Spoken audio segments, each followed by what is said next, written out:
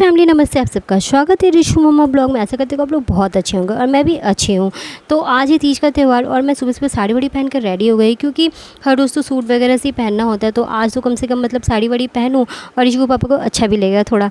और फिर बारी थी ये सिंदूर लगाने की। तो ऐसा कहा जाता है ना कि हर रोज़ आप कुछ भी लगाओ, बट जिस दिन पूजा वगैरह से होता है ना, खासकर सुहाग वाली, तो उस दिन वो जो शादी में लगाए जाते हैं ना, वो वाले सिंदूर लगाए जाते हैं। तो मैं सिनोरा में से ना कुछ सिंदूर अलग करके रखती हूँ, ताकि डेली बेसिस में जब पूजा वगैरह से हो तो लगा सकूँ। फिर जब फ्री हो गई, रिशु स्कूल चली गई, खाना वाना बन गया मेरा, तो फिर बैठ के मैं पैरों को भरने लगी, क्योंकि ये भी एक पार्ट होता है सुहाग का और ये करना बहुत ज़्यादा ज़रूरी होता है। तो फिर मैंने ये भी कर लिया। अब बारी थी शाम की पूजा की। और शाम की पूजा के टाइम पे मेरा लुक कुछ इस तरह से था। और ये वाली वीडियो ना रिशु के पापा ने बनाई, तो बहुत अच्छी बनाई, मुझे तो बहुत अच्छा लगा।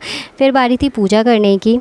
तो यहाँ मैं पूजा की तैयारी कर रही हूँ, कलश वगैरह बिठा रही हूँ, क्योंकि तीज की पूजा ना आप खुद से भी कर सकते हो, ज़रूरी नहीं कि पंडित को बुला के ही करो। एंड मैं यहाँ पे लगी हुई हूँ पूजा में, और रिशु यहाँ पे बदमाशी करने में लगी हुई। फिर उसकी दादी पकड़ के उसको बिठा देती है।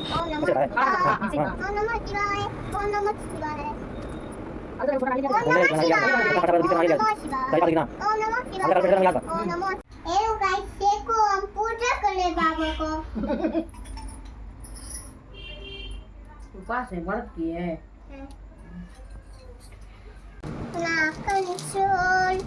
पकड़ो पकड़ो उनी करे माटी माटी ना।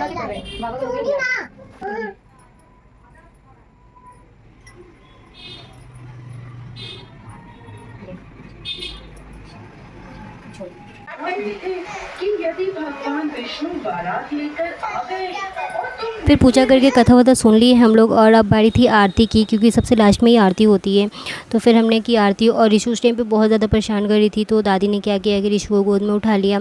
फिर दादी ने भी आरती की, और अब बारी थी प्रणाम करने की। तो रिशु ना दादी जैसे जैसे करती है उसी तरह रिशु भी करती है, मतलब बिल्कुल अपनी दादी माँ की ना कार्बन कॉपी है रिशु। तो प्रणाम करने के बाद फिर दादी माँ तो उठ गई, बट रिशु उठ ही नहीं रही थी। फिर मैं ज़बरदस्ती उसको उठाई कि उठ जा, हो क्या, भगवान बहुत ज़्यादा खुश हो जाएंगे। फिर उठी।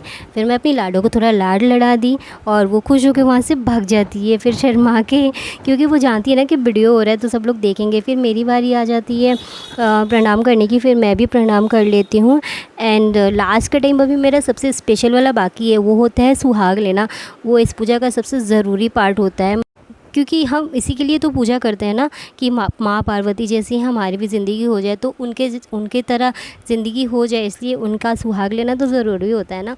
तो सुहाग लेना कुछ यूँ होता है कि जैसे कि पहले हम उन्हें सिंदूर लगाएंगे, एंड उनको सिंदूर लगाने के बाद फिर 2 बार उन्हीं से हम लोग वाला सिंदूर लेकर लगा लेंगे। इसे कहते हैं सुहाग लेना। ऐसे क्या होता है ना कि जैसे भगवान शिव माँ पार्वती जी को प्यार करते ना, वैसे हमारे हस्बैंड भी हमें प्यार करें, एंड हम भी अपनी मैरिड लाइफ में ना बहुत ज़्यादा खुश हो उनकी तरह ही। एंड पूजा वजह समाप्त हो जाती है, फिर किसी तरह रात कटती है भाई साहब। रात का तो पूछो ही नहीं, मतलब इतना भूख का तो टेंशन नहीं है, बट प्यास इतनी लगी रहती है ना, और गर्मी आजकल इतनी है कि क्या ही बताऊँ। फिर सुबह होती है मेरी 5 बजे, और बाहर मैं देखती हूँ कि मतलब एक इंसान नहीं दिखता है।